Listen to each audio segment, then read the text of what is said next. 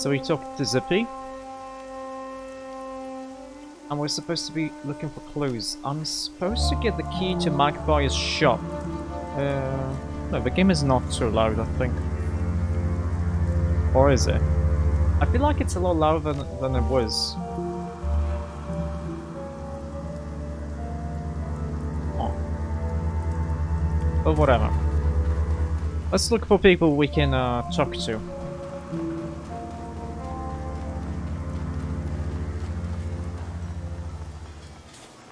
Hello, Mojnebi.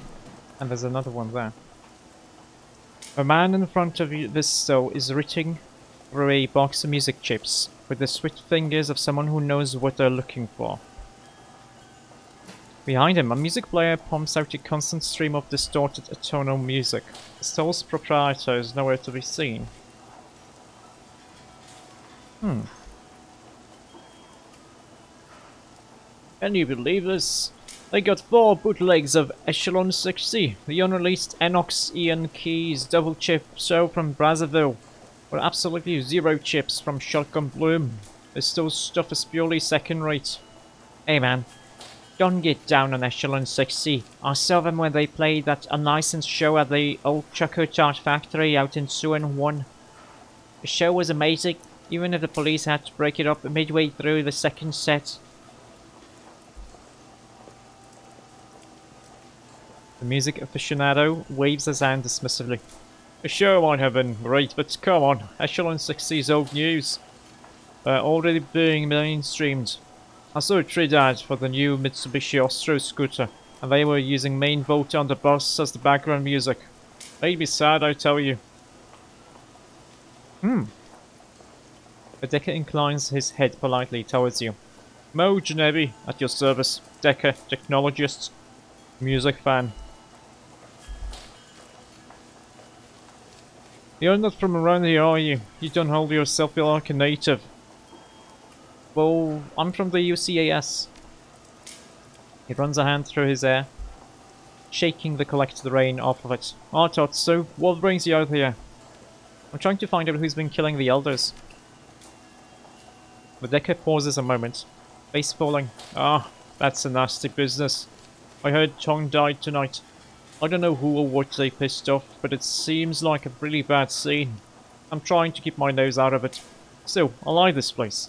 Is there anything I can do to help? Well, what can you tell me about the Wampoans? We're a collection of freaks, geeks, nerds and tech junkies. This place may look like a third world bazaar, but believe me, we have stuff here that's cutting edge in almost every field. He swells with pride and plants both hands firmly in his hips. Maybe it's not as advanced as the stuff the Megas have in their development labs, but it's as advanced as anything you can find in a store.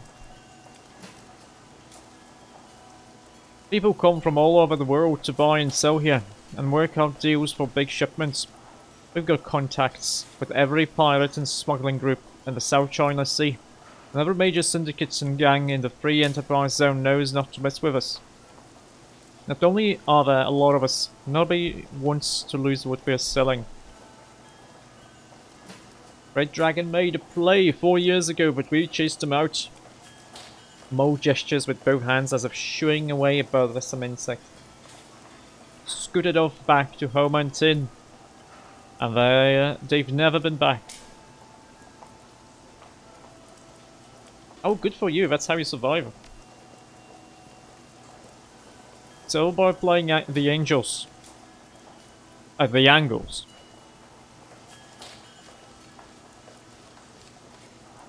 Yeah, it pissed them off, but then we sold the goods to the Yellow Lotus at a discount. In exchange, the Yellow Lotus kept them off our back.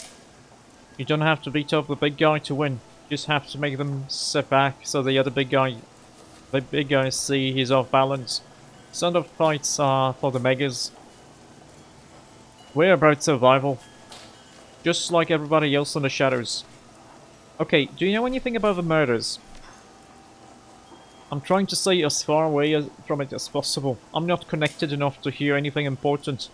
And all the talk about monsters is just plain dark. I'm not afraid of monsters, but I don't want to get their attention. All I know is that a couple of months ago we had elders Nakamura, the Yutund, Gan, and Magpie, and now we don't. Yeah, I've heard about Magpie. Sounds like she was a kind of vicious. To be blunt, she's a hateful, shrewish old badger of a person.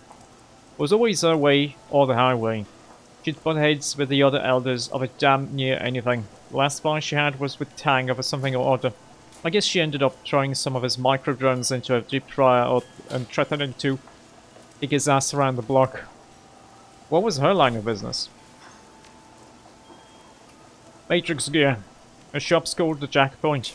Not very imaginative, I know. She always had the hottest programs, best chips, and made some killer decks for anybody willing to pay her rates. It cost plenty of yuan, but she was one of the best in the business, at least in Hong Kong. If you want to know more about her, you should talk to Zippy. He's one of the only people around here who got along with Magpie. You'd probably find him by the MTR station. He loves the steamed bun cart over there. And what's your area of expertise? I'm a decker. I used to be a company man for years, pushing code on their servers, smearing the little cyber pukes that would try to get into our secure systems. I made a pretty good living, had my own place on the 28th floor in a corporate skyscraper. It was the kind of thing the Sims teach everybody reaches for, the dream life. How'd you end here then? Found out the company wasn't what I thought it was. Sure, they paid me well and kept me in creature comforts, but I accidentally looked over some misfiled reports while cleaning out a company data store. Turns out one of the company security riggers had gotten drunk and blabbed about some projects or other being over budget and behind schedule. That's not good. It'd be a fireable offense, right? Moore purses his lips, his gaze going a distance for a moment. Well, I guess upper management was worried that info would hurt their stock rating by a fraction of a point or two. So they fired the guy with a .308 round right through the skull. Now that seems kind of drastic. It may have been fractions of a point, but that was still tens of millions of nuyen. I guess that went beyond the firing offense. Directly into murder territory. What's worse, since I now knew about both the project and the murder, I could be next in the firing line. I wish I wasn't worth the expense to hunt down. I knew I wasn't worth the expense to hunt down, as long as I kept my head down, so I came out here, looking for like-minded deckers. I guess I ended up staying because I could get a semblance of community out here. And I couldn't get that in many other places. Okay, see you later, Mo. Who's this? Break Hui.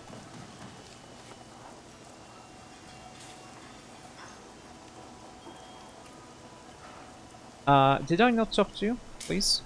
I was looking at something else. An imposing troll stands in front of a store overflowing with weapons of all sorts. Pistols, rifles, and even brass knuckles overflowing onto the rug around him. Hello there.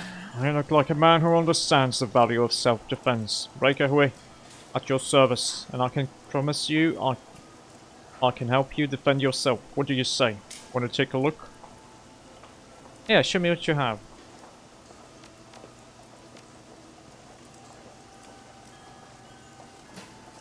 Nothing really, no. I'm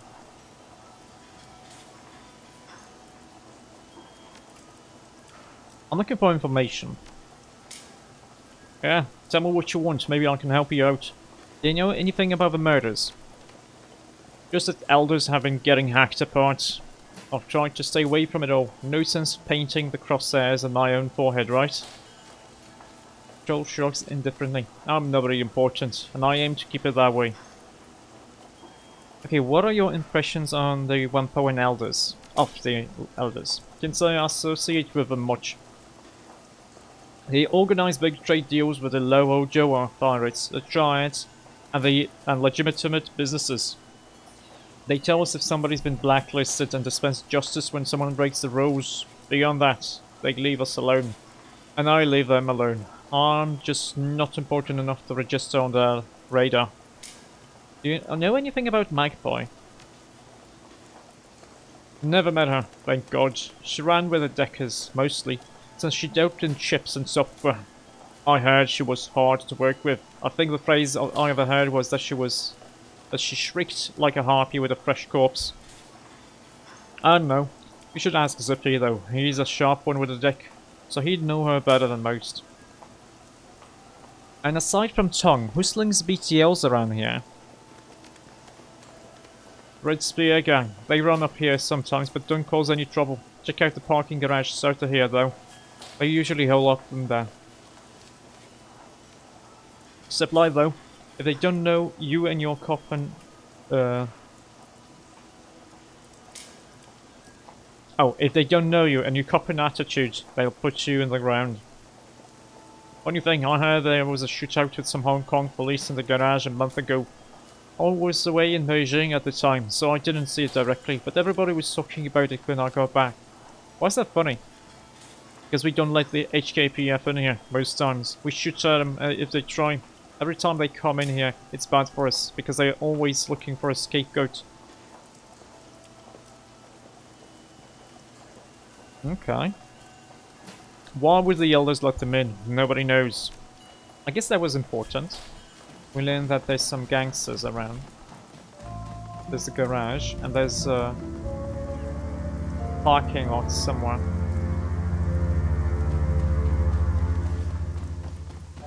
No, let's actually go. Oh, Amerigo. Oh, I guess south is still. Yeah, this is still south. Okay, fair. This man has a tired, world-weary demeanor about him. His eyes track your movements with a penetrating, critical precision. Something about him, the lines above his eyes, perhaps, makes you suspect he's seen a lot of terrible things. He lifts his cup of cheap soy calf as you approach. Let me guess. You're the freelancers the elders are paying to look into the murders around here. That's right, who are you? Call me Amerigo. I'm not one of the Wampowans, but I've been here long enough that they don't think twice about me being here. He drains the last of his soy calf in a large gulp. So what have you found so far? What's it to you? Wait a second, he's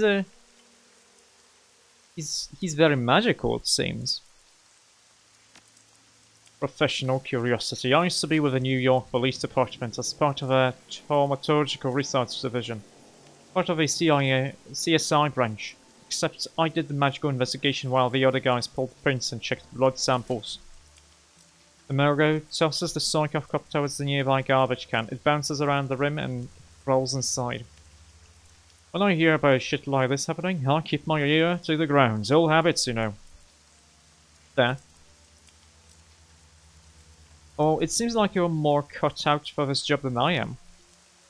Alden asked me to look into the killings after the first murder. She couldn't afford my fee though, so I took a pass. It's not just the money either.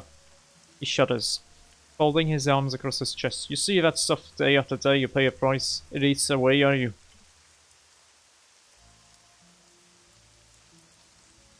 You know what it's like to feel all that sickness and anger every day? To be asked to pick up a murder weapon and relive somebody's death. Feel it going through into your neck. Pleading in the voice of a dead woman for her killer to spare you. These days I'd rather interrogate the living, thanks. Yeah, that sounds awful. Awful. It's more than awful. It's a goddamn nightmare is what it is. One I couldn't wake up from for a long time. Sometimes you have to cut and run. Start fresh. At least now I can pick up my own jobs. I can read objects. It's called psychometry. A little trick I managed to pick up, don't really know how.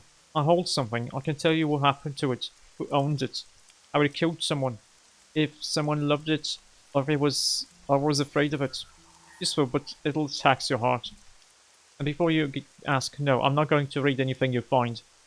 I already told Ng I didn't want any part of this. You want advice, I'll give you that, but I'm not getting drawn in further than that. So aside from that, is there anything I can help you with? What can you tell me about the Wampowans? I don't know much, even though I've been here almost 2 years. I'm an outsider. So they don't really accept anyone who's not as much of a tech nut as they are. I'm just a crazy mage that lives down the road. The Amerigo pauses and looks off into the distance as he collects his thoughts. Ip's got some heavy-duty cyberware, basically an enforcer for the rest of the council. He doesn't seem to give set much policy. NG. Well, I'm gonna call her NG because it's easier for me. NG is a shaman that worships machine spirits. It's all a bunch of hokum, if you ask me. Magic is magic. Whatever you want to call the source is fine by me, but don't ask me to believe in the great spirit of electronics. As for everybody else, they tend to be an okay bunch. A bit strange, but that's fringe culture for you. These crunch tech, rebooted, sell it off. Some of them even have their own autofab shops. Their stuff's pretty high quality too. People from all over Asia come to shop here. If they need something rare or unusual, tight-knit rural community, all things considered. And what do you know about the murders?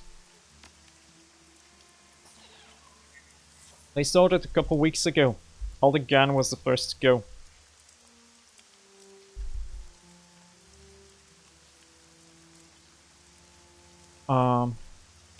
That's when NG asked if I could look into them. He was ripped apart, arms wrenched out of their sockets, skin flayed away with razor-sharp knife. The rest have been the same. Whatever did it, sure didn't care about it being a clean death. Amerigo lowers his voice, leaning in towards you so that only you can hear. The funny thing is, the Hong Kong police force was out here a few weeks before that. Maybe a month ago, tops.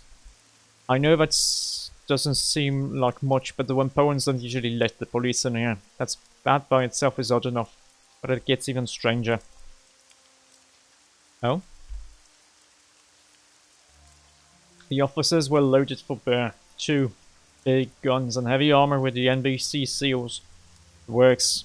They went into the parking garage near here, and there was some kind of gunfight. Never made it back out. When backup showed up, the Wimpoans chased them away. Why would they let cops in and chase them away? That's exactly the kind of question you should be asking, and that the elders refused to answer when I asked. The Amerigo shrugs. You take a look at it for yourself if you want. Watch out though, the gang's taking up residence in there. Dealing drugs and BTOs. They call themselves the Red Spear. Not too violent if you don't push them, but be careful what you say.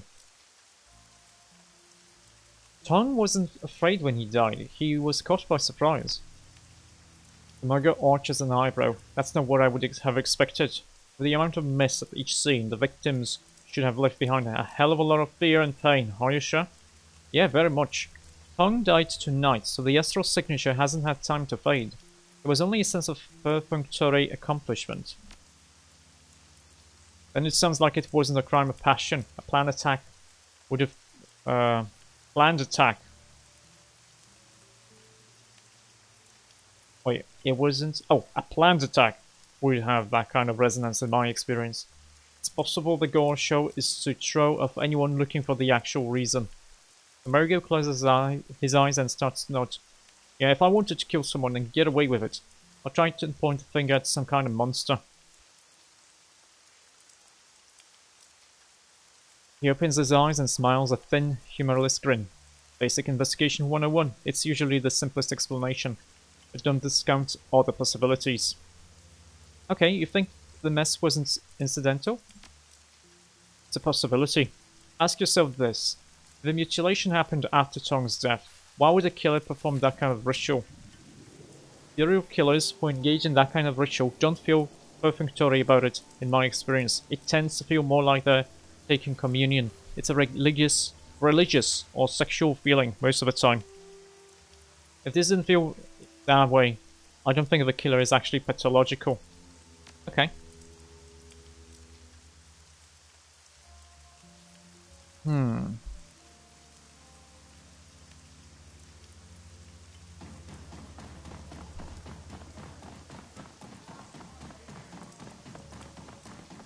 And yeah, we didn't talk to anyone. Yeah, let's go talk to the elders. We want to know. Elder NG. Oh wait, there's someone there. We can talk to someone in the shop. Is there anything we can do for you, Fist? Yeah, why did you let the HKPF into One Power Garden last month? Aang is taken aback by the question. For a long moment, he says nothing. When his composure does return, he speaks deliberately and with great care. We generally don't let the police into One Power Garden. It's true.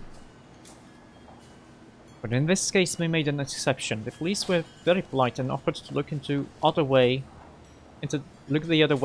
of some of our deals with the low Joe pirates. They also made it clear that if we refused, they might not take any interest in our deals with the pirates. They would call in the Special Duties Unit and force their way in. They have repelled the Hong Kong police force before. We have. When they've tried to push us around. We could probably drive off the Special Duties Unit as well, but the cost in blood would be too high. NG shrugs non-committally. Since they weren't hunting a Wampoan, we saw no reason to refuse the request. Okay, who were they hunting? They didn't say, and we didn't ask. The HKPF isn't exactly forthcoming about their business. We found that the less we know about their interests, the safer One Power Garden is. When you take an interest in the police, they return the favor. As far as I know, they went into the parking garage, there was a gunfight, and the police never came out. More showed up a few hours later, looking for the missing officers. We didn't let those in, though. We just delivered what was left of the bodies to them. Why didn't you let them in? Because we were willing to allow the group of 4 in, because they asked politely. When the reinforcements arrived, there were over 30 of them. We couldn't risk the rest of the police setting up camp in our streets. It would have been a circus and disrupted our lives and business. Okay, why didn't you tell me about Elder Magpie disappearing? Why would we have? Her departure from the Wampoans isn't related to your investigation. It happened before the killings began. I'm certain she's just off sulking somewhere. NG's tone is profoundly indifferent. No doubt she'll come waltzing back next month. All full of attitude that life dared to go on without asking her permission. If she does, we'll welcome her back. Despite our problems with her behavior, her skills make her extremely valuable. Are taking over maintenance of our Matrix infrastructure in her absence, but I'm nowhere near her level. Best I can do is ensure nothing breaks down until she returns. Okay. I want to look around her shop. Do you have a key?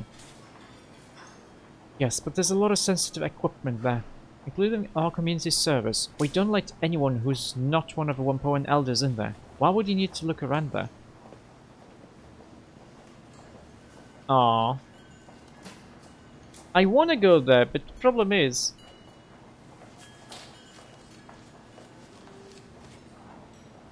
they're not going to let me in, because I don't have charisma or decking. So we can't get there, so we can't get all of the hints. Okay, let's talk to Wing K Quark. Welcome, sir. Welcome to Quark Atelier, home of the finest clothing in Wampoa Garden. I'm the owner, Master Tailor Wing K Quark. How may I serve you today? Show me what you have, actually. Buy a suit. I mean, I can afford it, but I already have something a lot better, so whatever. I didn't expect Wampoa Garden to have a tailors in it.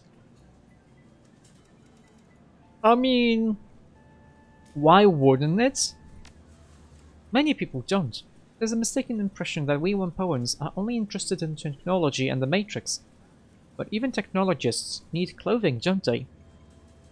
And many of us gravitate towards lines of work where added protection is required. I myself am a materials scientist, as well as a keen follower of fashion trends. Oh, what kind of materials science? Fiber related, of course. Primarily, aramid fibers, graphene composites, and dilettants. It affords me a certain unique perspective when designing clothing that is not only beautiful, but defensive as well. I specialize in highly high-fashion body armor, similar to the kind crafted by Secure Tech or Fashion Island, but with a much more personal touch. Okay, bye-bye. I guess she doesn't have anything useful to say to me. I guess that's okay. It's not that big of a problem.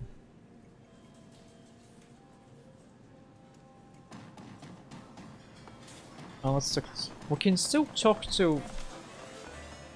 We can still somehow get the key to the Magpie's shop. Is this Rainbow? This woman sports brilliantly hued hair that shifts colors, scintillating with every passing moment. She's powerfully built, a natural athlete, or someone who works out a great deal. Notably, a large shotgun rests on an arcade cabinet next to her. She affords you a short glance as you approach. When she speaks, you note a peculiarly lyrical accent in her voice. Something I can help you with there, friend? Trying off me game. I'm trying to beat my best score. Tank Water Europa? I haven't seen that one of those cabinets in years. The woman's mouth twists up in a wry grin. Me neither. Managed to find this one here by accident. I heard the music and thought, hold on there, Rainbow. You know that tune? After a few moments, Rainbow's game is suddenly over, her tank obliterated by a barrage of air-to-ground missile. She hisses, her breath through clenched teeth. This on your right robbery that was. Right then. Rainbow shakes her head again, and turns to face you fully. You don't seem like them one Powens. They're all a mite touched, yeah? Maybe you are too, but you don't advertise it like they do. What's your story? Yeah, I'm looking into the murders. That's some nasty work. Bodies hacked up, chunks bitten out of them. Make sure you're loaded for something big and ugly, that's for certain. Where are you from? I can place the accent. Born and raised in Dublin, down on the banks of the Liffey. Spent most of my early life there, working security on sacred spaces, you know, historical sites or undeveloped land. The green movement was big in those days. It was a bit like being a park ranger, but sure didn't it beat some dead-end desk job. Spent a lot of time around County Dublin and Wicklow. I always loved animals, and I found out being a ranger put me in close with them. It was a good time, yeah? Making sure the budding new species like the boggies and centaurs didn't upset the ecology of Wicklow National Park much, and kept the nastier bits like the Ichusig from running amok across the populated areas. Wait, what was that? An Eat Whiskey? Oh, Eat Whiskey. Okay, that's how you. It's similar to whiskey. Okay, what was that? Nay, Eat Whiskey. Whiskey is just a word for water, which is how whiskey got its name. It's a cannibal horse, basically. If you've never heard of an Eat Whiskey, be glad it drags you into the bogs to kill you. Sometimes people call them kelpies. Oh yeah, I know kelpie. An account of the water plants they pop out of. Anyway, as I was saying, problem was I started to develop this wee knack. Just a small thing. I keep magic from working when I'm around. Spells don't go, spirits fall apart, and that's the paracritters get real feisty, yeah? To make things worse, that was when that was around the time Liam O'Connor threw his coup and formed Tirnanog. With all this fancy work, the talk about elves and ancient magic, it was a bit scandalous to have a woman guarding ancient sites that wasn't just mundane, but also cold magic around there. I got fired. So you're older than Tirnanog? Hang on. And I don't look a day over 25, do I? Rainbow flexes one arm, grinning widely. Aye, I'm Irish. That's one of them noggins. Pack of punters, the lot of them. Always going on about their ancestral lands and the glory of a past and all that bullshit. I saw them kick dozens of old Irish families off their land just because their ears weren't pointy enough. Or they didn't meet some stupid arbitrary criteria of old nobility. It was that kind of thing that brought back the IRA. Just like in the bad old days of the Troubles. The skivers in the new tier didn't pay for the land they took, They just had a pack of bullies with guns. Rainbow scrunches her face up into a disgusted sneer and mock spits on the ground. I've always been sympathetic to the little guy in the fight. They offered to pay for my help, so I said yes. Simple as that. Oh, so you became a terrorist? Don't be so dramatic. They fixed me up with a cyber stitcher and gave me a lot of a kit I got in me now, in exchange for going overseas to work for them. Smuggling, running guns, making contacts in Europe, some kind of shite all revolutionary groups do.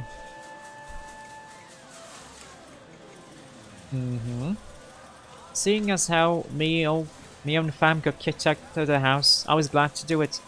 I still do work for them these days, but there's a lot of less of it.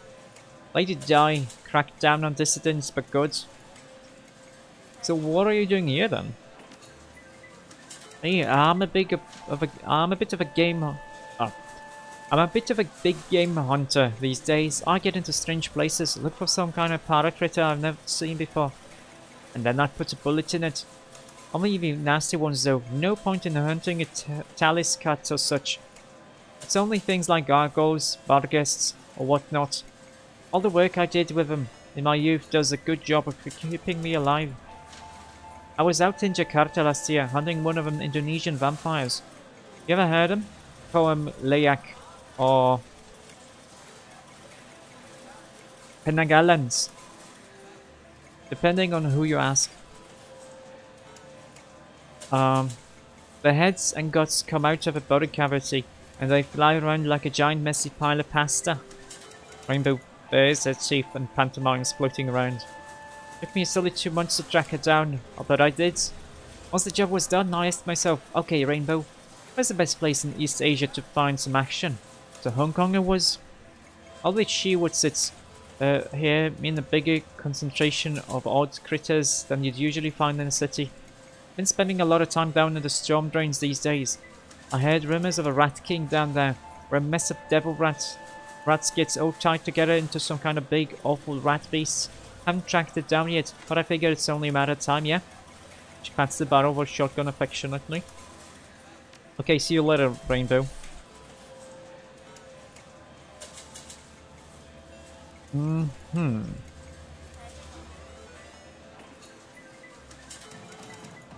Can I talk to you again? No. What about Min?